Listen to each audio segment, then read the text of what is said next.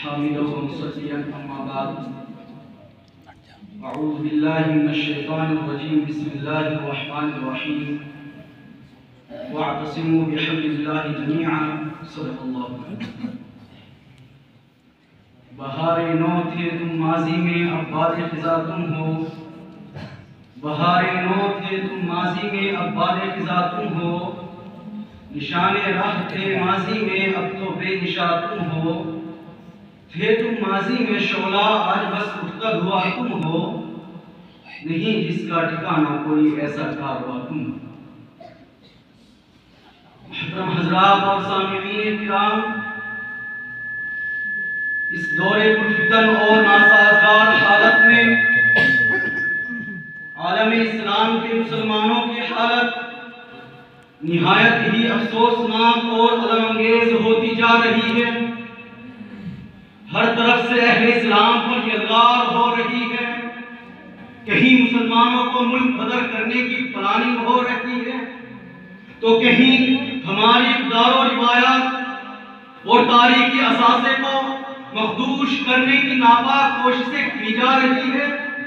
فرقہ پرست طاقتیں مسلمانوں کو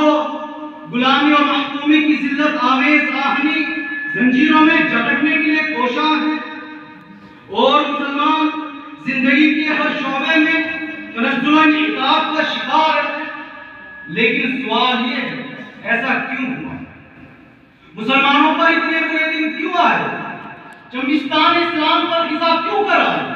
دوستو، اگر ہم سنجیدگی سے غور کریں، عقل و خرد سے پردہ ہٹائیں تو صاف طور پر یہ بات سمجھ میں آ جائے گی کہ آج ہم نے اپنا عظیم سرمایہ کھو دیا ہے۔ مسلمان اپنی گرہ قدر پوری سے ہاتھ دھو بیٹھے ہیں۔ عصر حاضر میں مسلم معاشرے سے اتحاد اتفاق کی دولت اٹھ رہی ہے،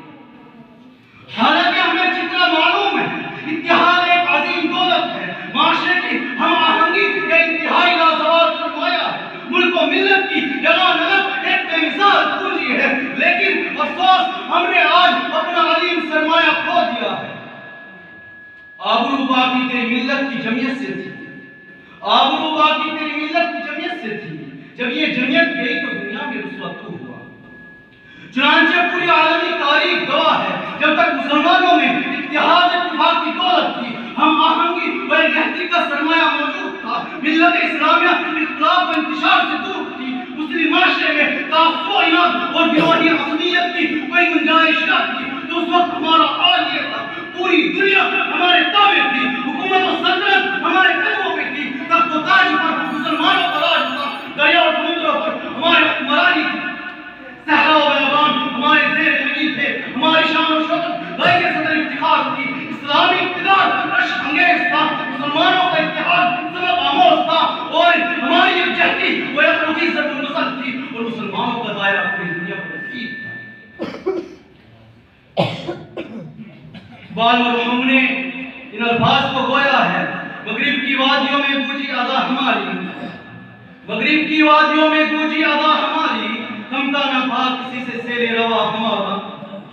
جبکہ گردش ایام نے ہمیں بیدار کیا تھا، زمانے کے رنگ و روپ نے ہمیں آواز دی تھی، نزاکت وقت نے ہمیں اپنی ذمہ داریوں کا احساس دلایا تھا، وحدت قوم کا انتشار ہماری غفلت پر ماتم گنا تھا، ہمارا اتحاد اتفاق ہماری خود پرستی اور لاپرواہی سے بیزار تھا، اور امت مسلمہ چیخ چیخ کر ہم سے کہہ رہی تھی کہ اٹھ اب بزم جہاں کا اور ہی انداز، اٹھ کے اب بزم جہاں کا اور ہی انداز ہے، مشرق و مغرب میں تیرے دور کا آغاز ہے۔ لیکن ہم نے سنی انسنی کر دی، حقیقت کو مجاز کا جامہ پہنا دیا، واقع کو افسانے کا درجہ دے دیا اور معاشرے کو تباہ ہوتے دیکھا، لیکن خود کو معمول و محفوظ خیال کیا۔ امت مرحومہ کی خستہ حالی پر رونے اور اس کی بازآباد کاری کی فکر کے بجائے ہم اپنی خوشحال زندگی کو سوارنے میں ملن تھے۔ امت کو ایک پلیٹ فارم پر جمع کرنے سے پہلے ہی ہم نے پرواز شروع کی۔ ہمیں یاد ہی نہیں رہا فرد قائم رب ملت سے ہے تنہا کچھ نہیں، فرد قائم رب ملت سے ہے تنہا کچھ نہیں، موج ہے دریا میں بیرونی دریا کچھ نہیں، وما لینے